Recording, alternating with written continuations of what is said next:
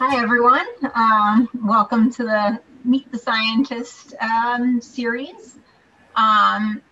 So I just have a few questions up here just so that we can kind of get to know one another. I know some people might be calling from different states. And yeah, just if you want to go into the chat box and just let us know what state you're calling from, if you've ever moved between states. Like the crabs we're going to be talking about today, and if you've spent a lot of time on the coast.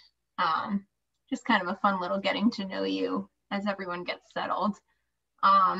Just to start off, I'll introduce myself. My name's Laura Crane. I'm a research associate at the Wells Reserve. I live in Maine, but I recently moved from New Jersey about 2 years ago. And I've also spent some time living in Massachusetts as well. And well, as a research associate here, I definitely spend a whole lot of time exploring our coasts. Looks like we do have quite a few people who live in Maine, some people from New Jersey and other states.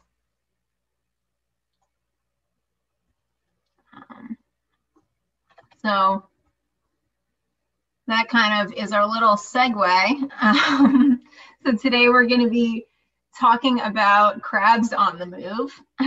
So talking about a few different species of crabs that have moved from state to state or from country to country and are now showing up on the coast of Maine. And I'll be talking a bit about some of the research we do here at the Wells Reserve to monitor those crab populations. But this is a Meet the Scientist presentation, so I thought I should introduce myself, my background, and kind of how I came to be here at the Wells Reserve. So I did my undergraduate at Rider University, which is a school in New Jersey, where I got my bachelor's in marine science. While I was there, I spent 3.5 years as a research assistant studying the blue crab, which many of you who live in Maine may not be familiar with this crab species, but it's a huge fishery down in the Chesapeake Bay region, including going up through New Jersey. And so this research really got me interested in studying coastal ecosystems and the crustaceans and crabs that make the bay their home. And one summer while still an undergrad, I did a summer internship at Long Island University. So that gave me some experience researching in Long Island Sound. And I was working on a project studying grass shrimp species. So in Long Island Sound, there is actually a native species of grass shrimp, which you see on the left, as well as an invasive species, which you see on the right side. And you know the invasive because it's got these, if you look very closely at the claws, they have these almost like blue bracelets around their claws. And so that's how we tell the difference between these guys. Otherwise, they look very, very similar. And in this project, we were looking at the habitat uses of these shrimp, and how they are affected by human development along the coasts. So working on this project, I got really interested not only in crustaceans, but especially invasive species and studying how invasive species move and how they impact our coastal ecosystems. So after Rider University, I went on to get my master's in marine biology from the University of Massachusetts, Dartmouth. Fell in love with the New England coastline and vowed to eventually move back to New England. So yay, here I am, I made it back. But while I was at UMass Dartmouth, I did my thesis studying an invasive species of crab called the Asian shore crab. And I'll be talking about this species a bit more later on in the presentation. But this species is super abundant along in southern New England, especially along the southern coast of Massachusetts. It's not as prevalent up here in Maine, but it definitely is present. And then after grad school, I went back to New Jersey and spent 2 years working on a salt marsh restoration project. So it sounds like I completely took a break from crabs for a while, but actually salt marshes are just another very important coastal habitat that we have. And they actually are another place where certain crab species live. So we did do a little bit of crab monitoring in these salt marshes as well. And now here I am, made my way back to New England, and I'm now a research associate at the Wells Reserve. I've been here for about 2 years, and I'm involved in a lot of different research projects here and really enjoying it. For those of you who are less familiar with the Wells Reserve, we are known a lot for the 7 miles of trails that we have that explore all our different coastal habitats. We have a great education program and public outreach programs, but we also have a lesser known feature of the Wells Reserve is our research program. And so we research all kinds of things from lobsters to salt marshes to crab populations. So I'm involved in many of those projects. So I'm just gonna give kind of a brief overview of some of those projects that I'm involved in. And we'll get into more depth in some of these later on. One major project we have here at the Wells Reserve is water quality monitoring. We are part of what's called the system-wide monitoring program, or we call it SWAMP, where we monitor changes in water quality. We have these data loggers that we deploy. They monitor water quality 24/7 year-round at 4 different locations in the Little River and Webb-Hanet estuaries. And so this allows us to monitor long-term changes in our estuaries. So this program's been going on for, I think, about 20 years now. So we can really get a good understanding of how water quality is changing here. And that's really important for understanding the species that can then live in these systems. I'm also involved in a plankton monitoring program where 4 times per month, year-round, we deploy a plankton net off of a dock. And we look to see what species of larval fish and larval crabs we catch in that net. And that helps us to understand long-term changes in larval fish and other invertebrate populations in our waterways. We do a lot of salt marsh monitoring. So every year I go out and monitor salt marsh vegetation in the Webb-Hanet River. And this allows us to monitor changes, long-term changes in this really important habitat in our estuary. And while this project is focused mainly on vegetation monitoring and changes in vegetation communities, it also includes looking at crab populations that use salt marshes as their habitat. The Wells Reserve is part of what's known as MIMIC, which is an invasive species monitoring program. This is a very collaborative project that monitors for invasive species all along the coast of New England. And so this is something I'm going to talk a bit more about later. And then I'm just going to lump a whole bunch of projects together that I'm going to call crab monitoring galore. And I'm going to get into more detail about how we monitor crabs later in this population. But overall, we have a bunch of projects that are monitoring green crabs, blue crabs, and Asian shore crabs. And we'll talk a little bit more about those in a minute. So what do all these projects have in common? Well, not all of these projects are focused on monitoring crab species, but they all do play a role in understanding the changes that are occurring in our coastal systems over time. So for example, monitoring water quality actually does help us to monitor crab species, because changes in water quality is going to affect the environment in which these crab species can live and thrive. So for example, as waters get warmer and warmer in the Gulf of Maine, species are moving northward because they can now survive in this now warmer habitat.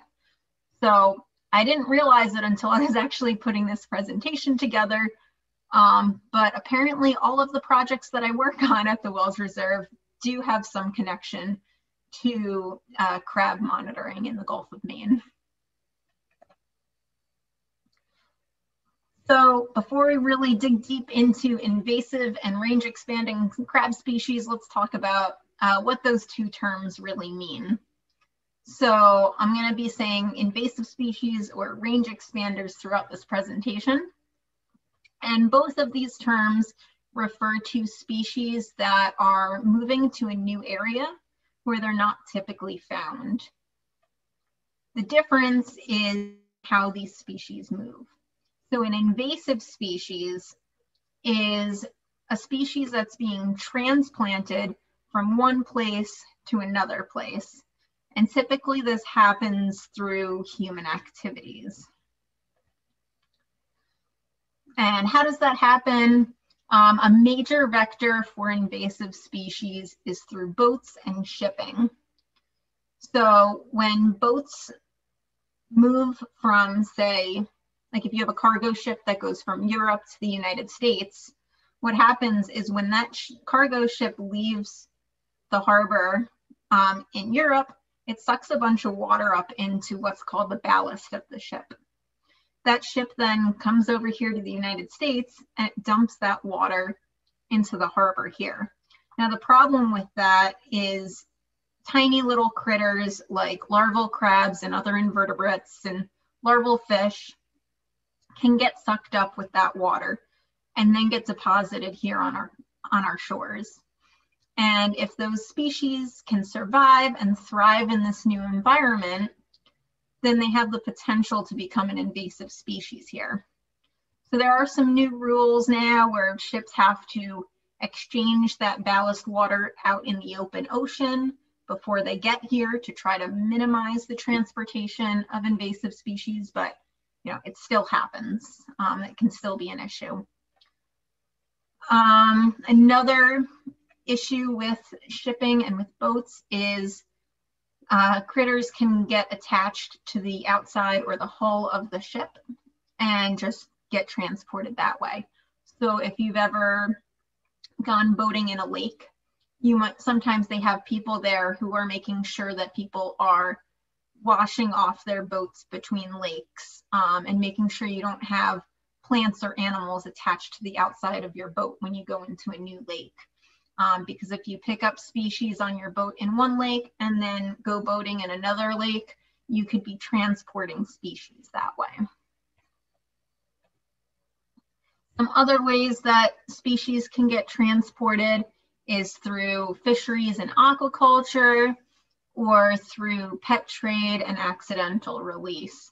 So for example, if someone has a pet lionfish and they decide they don't want that lionfish anymore and they dump it in the ocean where it's not supposed to live, if that lionfish survives and thrives in that area, it can become a new invasive species there. So I found this cute little cartoon that just says, don't let your pets become pests.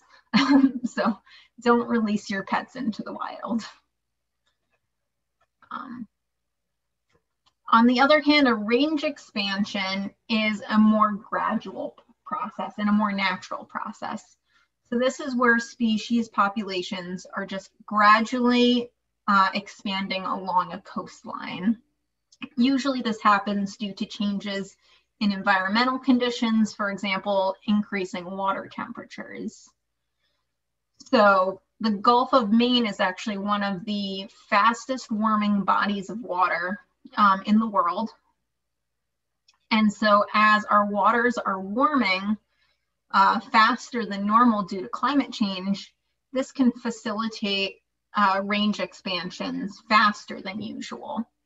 So while range expansions aren't directly caused by human activities, you could argue that human activities are accelerating climate change and therefore making range expansions happen faster or more frequently than they normally would. So before I dig into the species that we have around here, I just thought I'd stop and see if anybody has any questions so far. I don't see any in the chat, but maybe we can wait a minute or two. And I think we have few enough people here today. If you want to unmute yourself and ask the question, if that's easier for you too. Hey, Laura. Hello. I was wondering, I saw when you were talking about your education, on the one crab, there was a tag on it. And it said, if yes. found, you got a prize. And I was just curious if you knew what that prize was, or reward. I don't remember exactly. I think it was just like a monetary reward. Like maybe we would have given them like $10 or something. Okay. But yeah, so in that picture, I don't know if I can go all the way back to that. But yeah, so when I was working at Rider University with the blue crabs, we were actually monitoring their movements. So we were attaching these tags to them so we can monitor where they're moving to, and also to understand how often these crabs are being caught by fishermen. So when a fisherman caught a blue crab, they would call us up, call the number on the tag, and we'd know how many of these tagged blue crabs were getting caught. Awesome, thank you.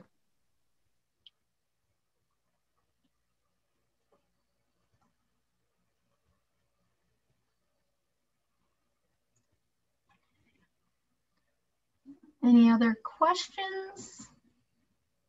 Maybe I'll. Okay. Well, so up next is New Kids on the Block. So Laura, excuse me, I see a hand from, sure. Is it Gila? Yeah. If the animals that are here are moving north because of climate change, does that mean that we're also getting creatures that used to live south of us? That's true, yes. So I'm actually going to talk about a couple of those species pretty soon. But so for the blue crab, for example, that's typically found down near New Jersey. And so but it's a warm water species. So as waters get warmer up here in Maine, those species can now move further north, and we'll see those species starting to appear in Maine. Good question.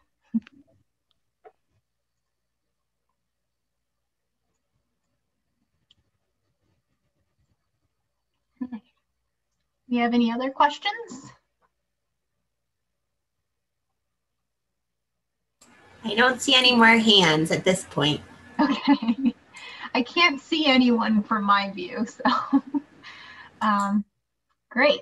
Yeah, so there are 4 different crab species in New England that were not in New England originally, that we are interested in monitoring here at the Wells Reserve.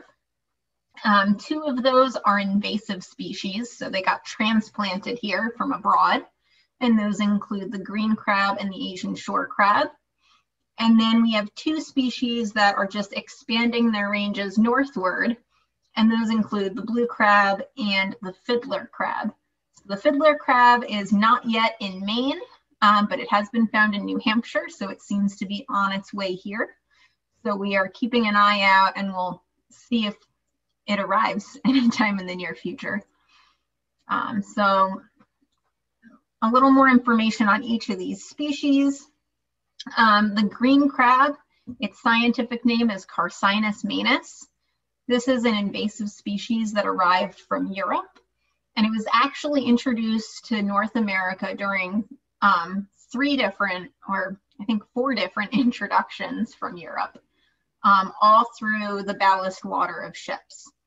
So the first introduction was when a cargo ship came from Europe to Long Island, and the species was dropped off there, and it survived, and it spread its population northward over time. And those are those red dots you see on the map, is that the green crab kind of spreading its way northward. And it first arrived in Casco Bay in Maine in 1900. And from there, it kind of continued its way north into Nova Scotia.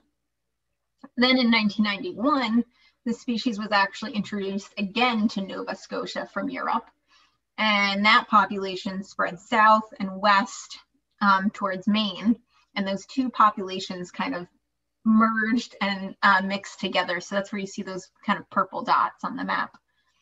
And then a 3rd cargo ship arrived in Newfoundland in 2007 and introduced green crabs to Newfoundland. And this isn't on the map, but a 4th introduction did happen on the west coast of the United States. So this is a very successful invasive species that can thrive in a lot of different environments and is really good at traveling through cargo ship ballast water.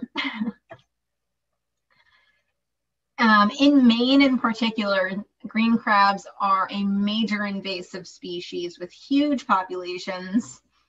This here is actually what we call our crab graph, which is a bar graph that was made out of crabs that were caught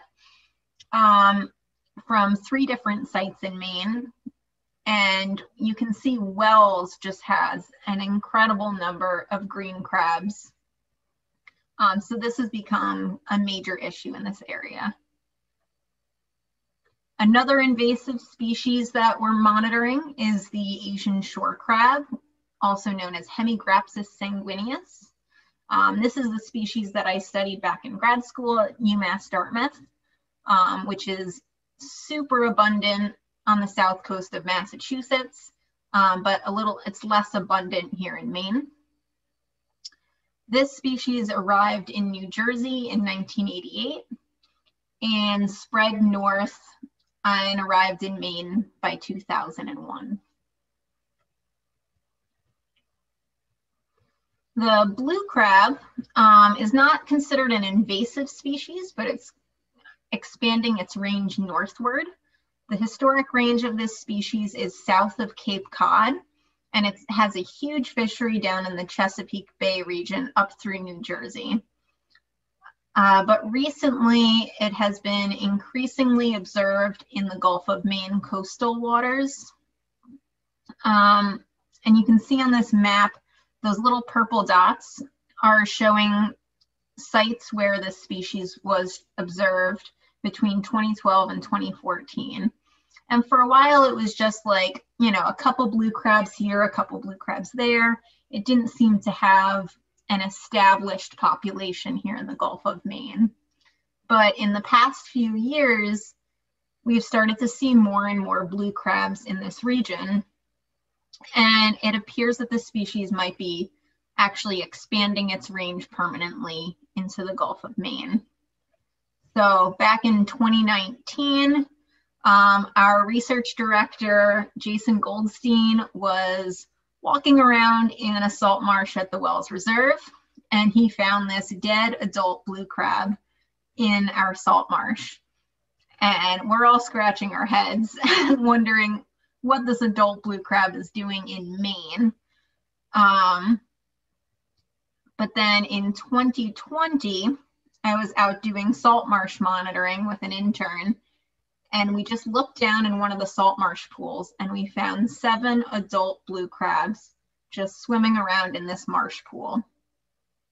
So we wanted to know more about how many crabs are really here, where are they located? So we started putting blue crab traps in these salt pools.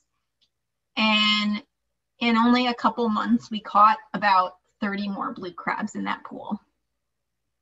So now this year in 2021, we're going to continue to monitor with crab traps, and we have so far caught about 50 more blue crabs in our traps.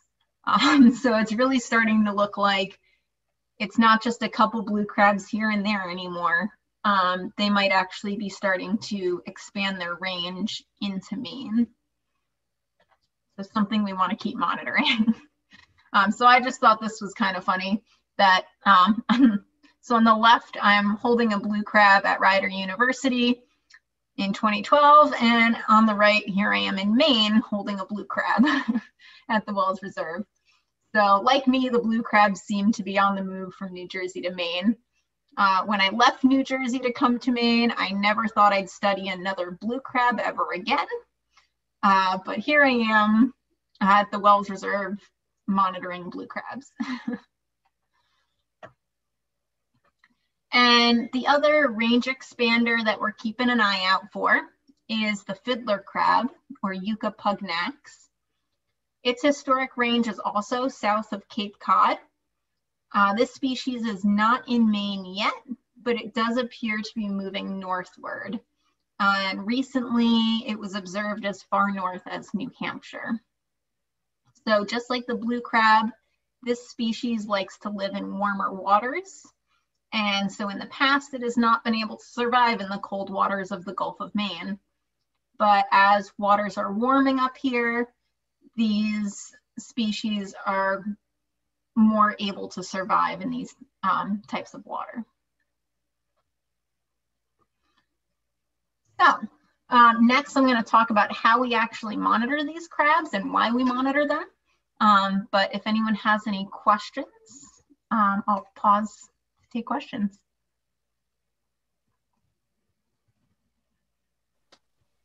Hey, Laura, Tim Foray.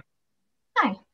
Hi, I was wondering about your plankton toes. Are you able to discern different species of crabs through your plankton toes, or do you need like DNA analysis for that?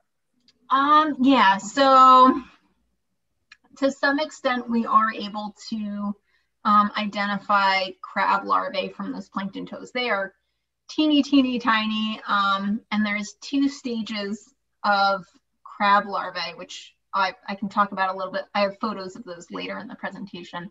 So the first stage of crab larvae are just so tiny, and they all look so similar to each other that it can be very difficult to tell the difference between different species. And in that case, it's helpful to use, to test their DNA to see what species they are. But the second stage of crab larvae, called megalopae, they get a bit larger.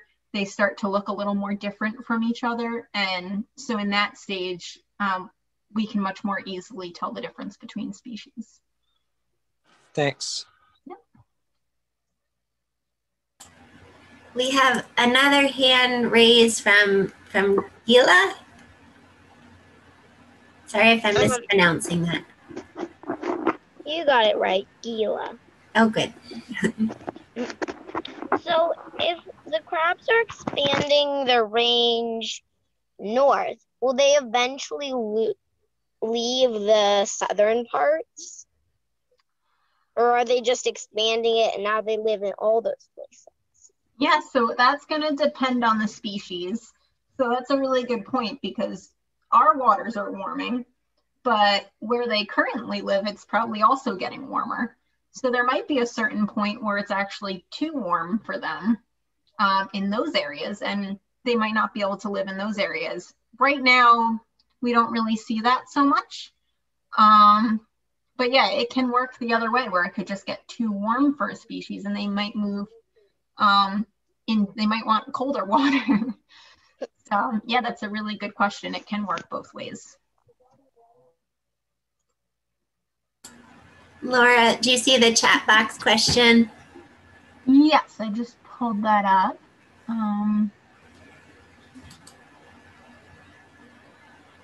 Yes, so the question is if fiddler crabs might compete with other native species or invasive species for the same resources.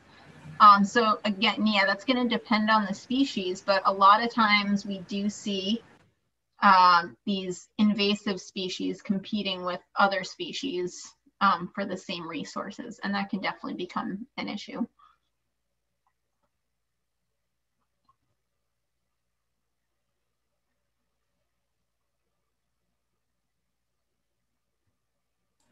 Tim, do you have your hand raised again? Or are you just stretching? Tim? No? Oh, no. No, I don't. Okay. I think we're good, Laura. Okay, great. So yeah, we're going to talk a little bit more now about the impacts these crabs are having and how we can monitor them.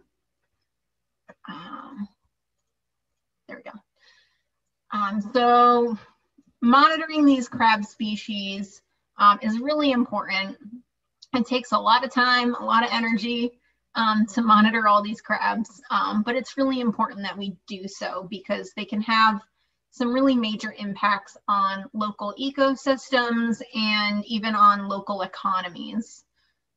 So when these species come into this new environment where they've never been before, a lot of times they don't have any predators here. There's no diseases or parasites that they may have had to deal with in their native range.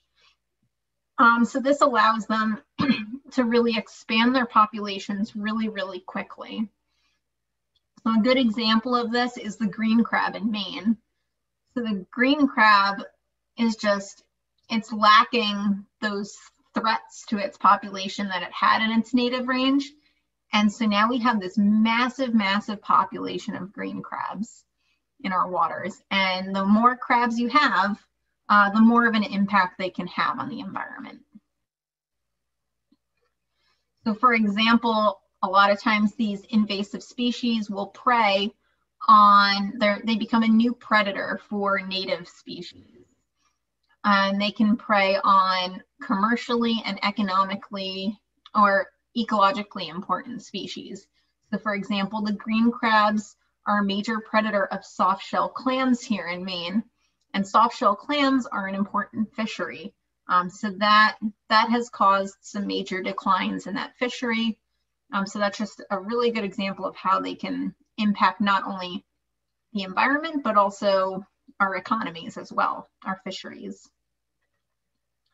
And like Marley suggested, these invasive species also can outcompete other species for resources, and they could compete with either invasive species or with native species.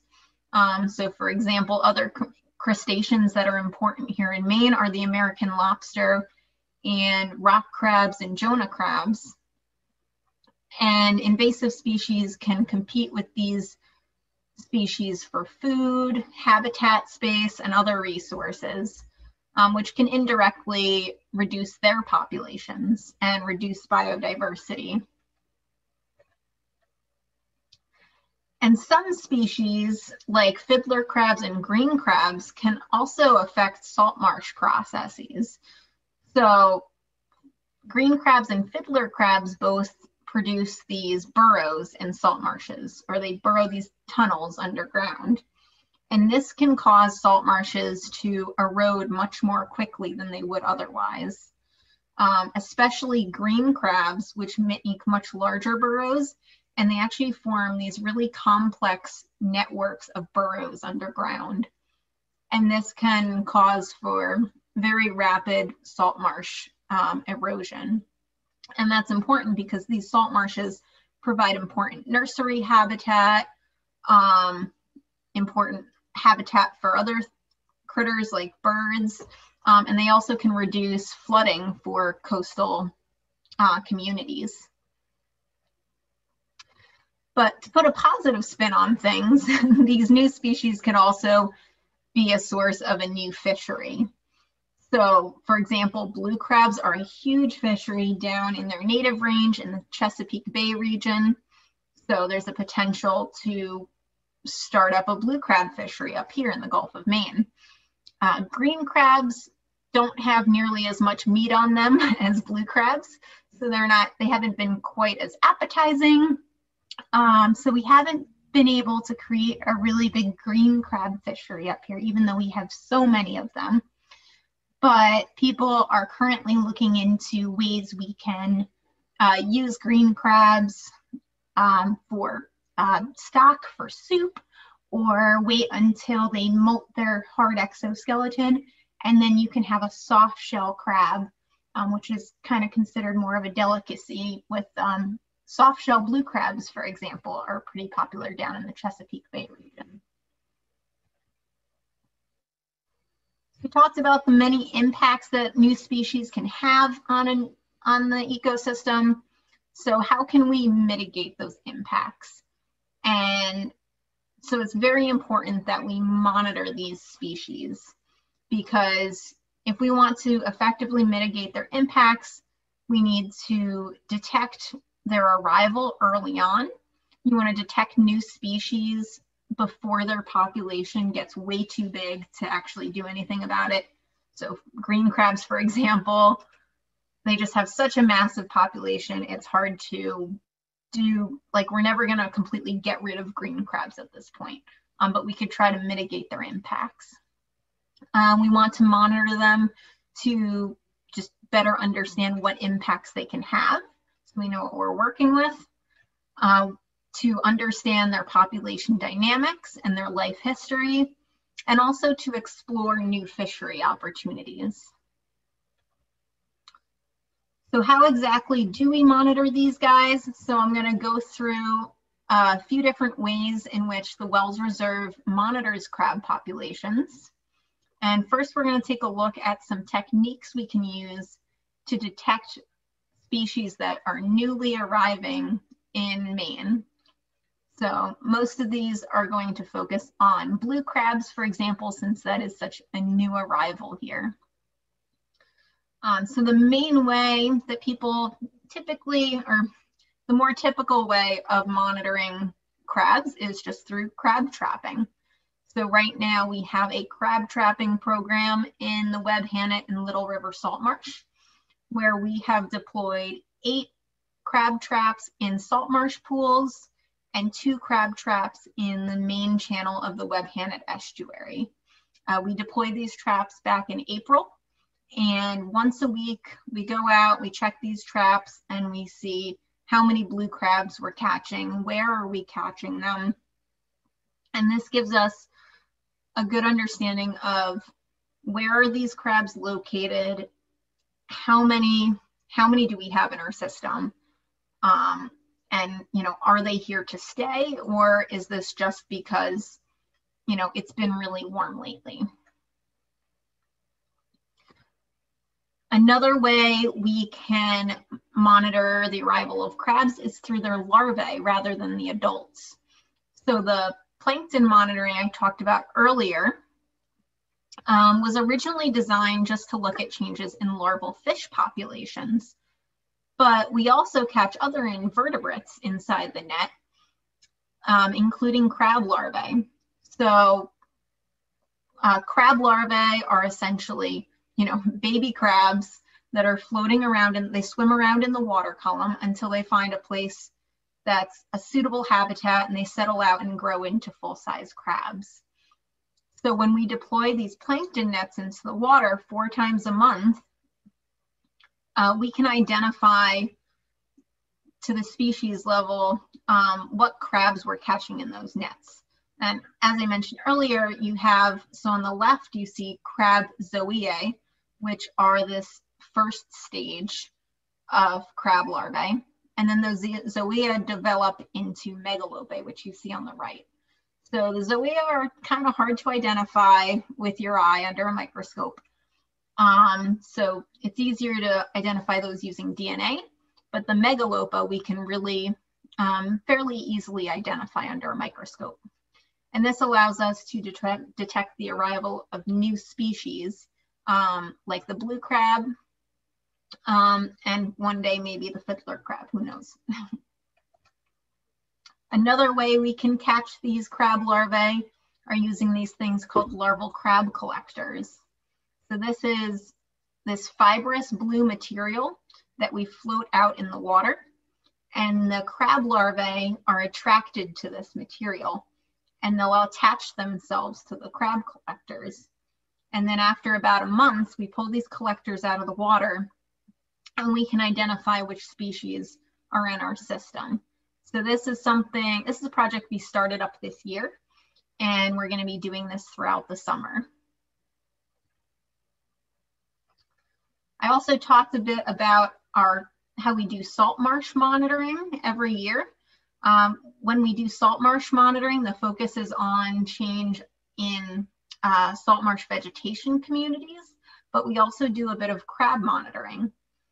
So every year we deploy these things called crab pitfall traps, which are really just a tennis ball canister that we bury in the mud in the salt marsh.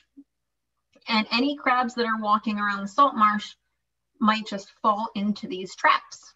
And in about 24 hours, we pull these traps out and we can see what kind of crab species are using the salt marsh habitat. So far, we've only found green crabs in our salt marshes, but we are definitely monitoring. And if, fiddler crabs make their way into Maine, this will be a good way to detect their arrival early on. So here I just have a video clip of, this is someone checking a crab pitfall trap, so you can see how it works. This was not done at the Wells Reserve. This is somewhere further south. So they actually caught fiddler crabs in their trap. But you can see how this thing is just buried right into the ground.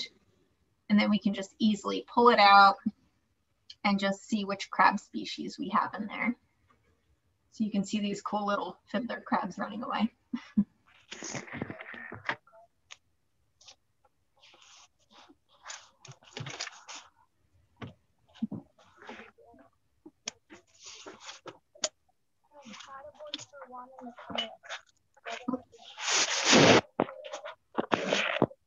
So another way we can monitor for crabs in the salt marsh is by looking for their crab burrows. So as I mentioned earlier, green crabs and fiddler crabs create burrows in the salt marsh.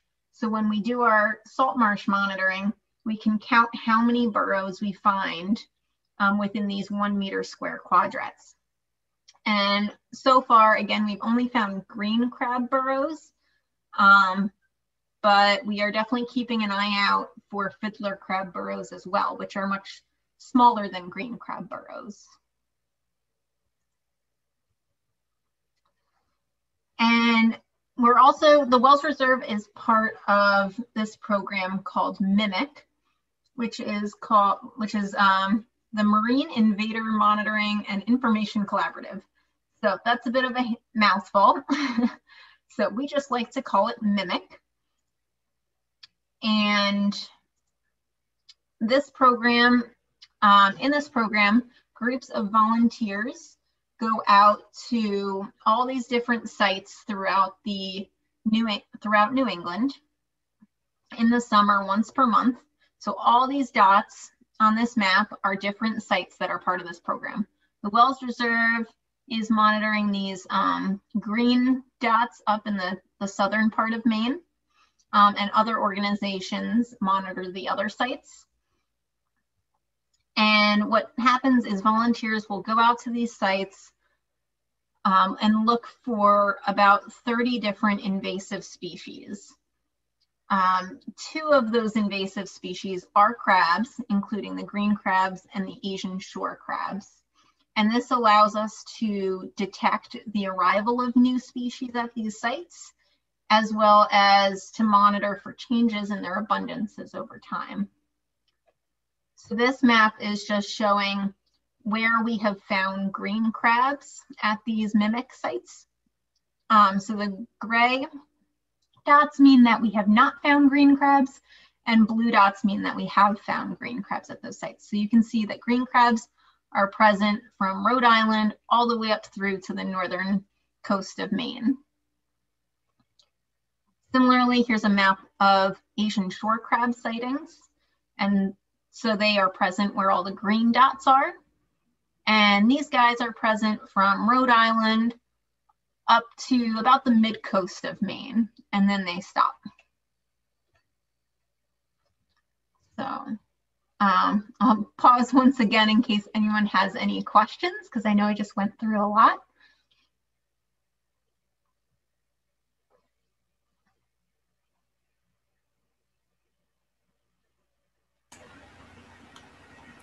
There's one in the chat. Do you see that, Laura?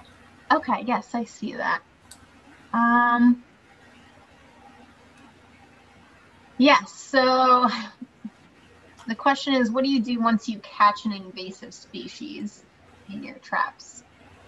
So it really depends on the project and what we are doing with them. Sometimes we want to release them because maybe we're monitoring their movements. Sometimes we tag those crabs because we want to know if it's going to go move somewhere else. Sometimes we have to, unfortunately, remove those crabs from the system because they're really not supposed to be there in the first place, because they are invasive species and typically having a negative impact on the environment. So it really depends on the goals of the project and the species.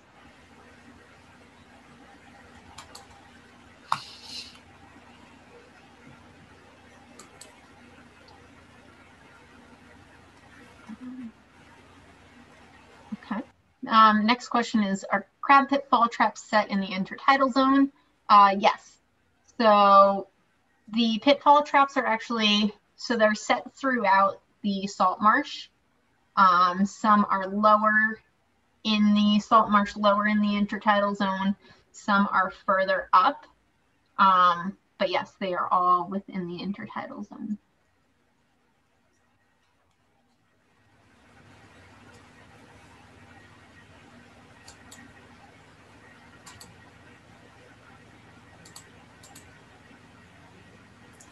That might be it, Laura. Okay. Okay, so I just have a few more slides for you. So once we know that a species is present in an area, we want to better understand the impacts that they can have on the ecosystem. We also want to better understand their population dynamics and their life history, and possibly explore some new opportunities for a fishery with that species. So I'm just going to introduce you to a few projects that the Wells Reserve is conducting to try to answer some of these questions. Most of these projects are focused on green crabs because they're just so highly established in their system and they're so prevalent here. But we also do a little bit with blue crabs and Asian short crabs that are also present here. So first of all, when a species is present, you want to better understand its distribution within your system. Where is it located and how abundant is that species? And then how is its population changing over time and with the seasons? So is its population growing? Is it staying about the same? And for this, we use several techniques that we've discussed earlier. So for example, trapping, we do a lot of trapping in the Webb-Hannett River for green crabs to understand where in the estuary they're located and how large their population is. And again, we use pitfall traps and count burrows in the salt marsh to understand the distribution of green crabs within the salt marsh system. So this way we're understanding their distribution both in the subtidal, within the estuary itself, and within the salt marshes. We also have several projects that seek to understand the timing of crab spawning events in our estuary. So which crab species spawn when. And so crabs, for those who are not familiar, crabs carry their eggs in this spongy mass on their abdomen. So on the left side, you'll see this photo of a crab with eggs, and it really just looks like an orange sponge on the crab's stomach.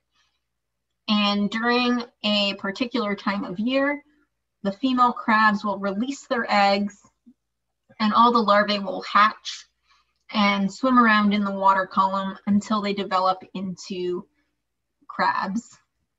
So here I just have a little video clip of this green crab that has, you can see this spongy mass of eggs on her abdomen.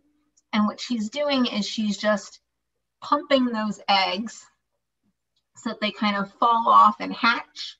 And then all those little tiny dots are green crab larvae that are just going to swim around in the water column until they develop into crabs. And so we can monitor when these spawning events take place and where crabs are spawning by capturing their larvae in those plankton toes that I talked about earlier, as well as on those larval crab collectors.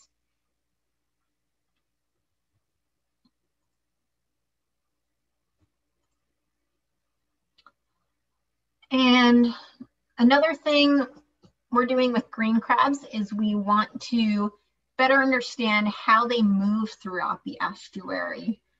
What habitats are the green crabs using? Do their movements vary based on the season?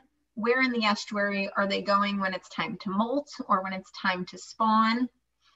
So we use this technology called acoustic telemetry to monitor the green crab movements. So on the left-hand side, you'll see these green crabs that have acoustic tags kind of duct taped to their back.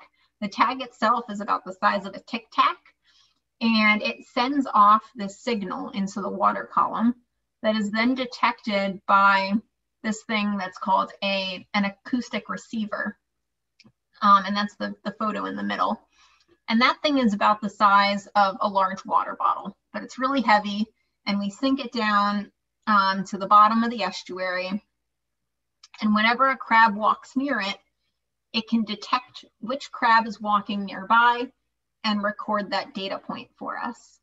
And so as crabs move throughout the estuary, this network of acoustic receivers is recording where all these crabs are moving and where they're located. So this is a map of the Webb-Hanet estuary, and all these little dots are acoustic receivers that are monitoring the movements of green crabs. Additionally, we are doing what's a green crab molting study. So I mentioned earlier that green crabs have the potential to become a new soft shell fishery.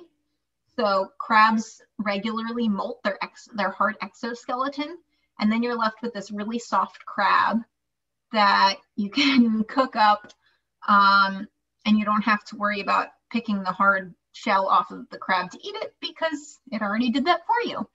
And this is soft shell blue crab fishery is pretty popular further south. But to have a successful soft shell fishery, it helps to understand if a crab is going to molt soon, because then you can just look for those crabs that are going to molt soon, hold on to them until they molt, and then you have all these soft shell crabs. So we have this thing called a green crab condo, where each green crab is placed in an individual cell or an individual condo, and we can monitor these crabs and see when they molt and if there are any good indicators that show this crab is going to molt soon.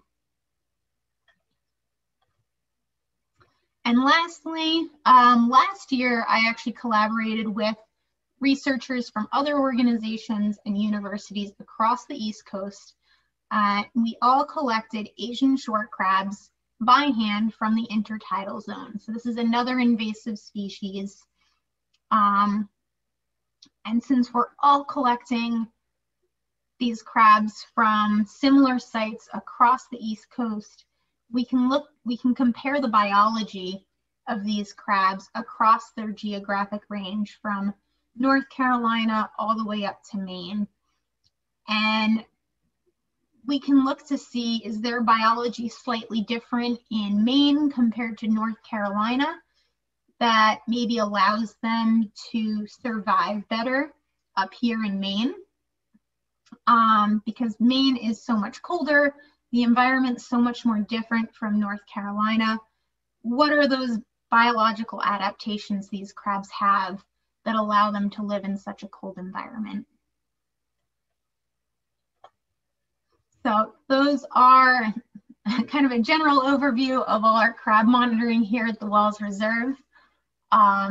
So thank you so much for joining me for this Meet the Scientist presentation, and I hope you learned a lot. Thank you. It was very good. Thank you. Laura. If anyone else has a question, oh, Tim, you have a question. I do. Can you tell me about those crab collectors? Are those something you constructed, or are they available? I personally did not construct them, but one of my colleagues did construct those, I think himself. But they have been used by other researchers elsewhere. Really what these larval crabs need is just like this structure that kind of attracts them to it. So this fibrous material is kind of has all this little spaces in between, and that's what really attracts them. So there's different ways that people have done this, but this is, yeah, it's something that we did build ourselves at the Walls Reserve. And those are floating, right? Yep, those just float at the surface.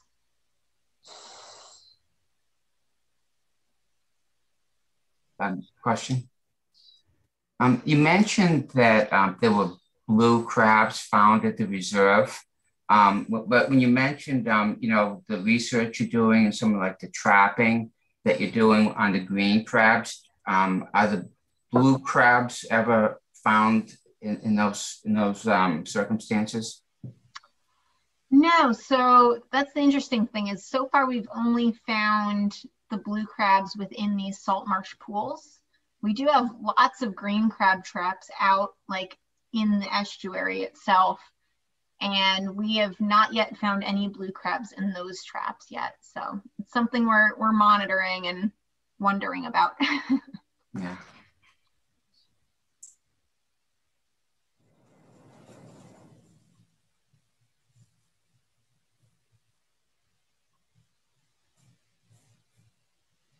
I have another question, Laura. Mm-hmm. We did a study with our 9th grade this year, and we were looking around the Piscataqua River, mouth of the Piscataqua. And we found lots of small crabs, which we believe from just counting spines were green crabs. They were about a 1.5 centimeters. Would those be like estimated like a 1-year-old crab, or because there was a lot of really small crabs. I couldn't really pick them out with my naked eye, but a lot of my students were able to find these little guys. Lots of them. Okay, yeah, so those are probably newly settled green crabs. They might even be, depending on the size, might have just metamorphosed from the megalopa stage, from the larval stage. But yeah, so those are probably less than a year old.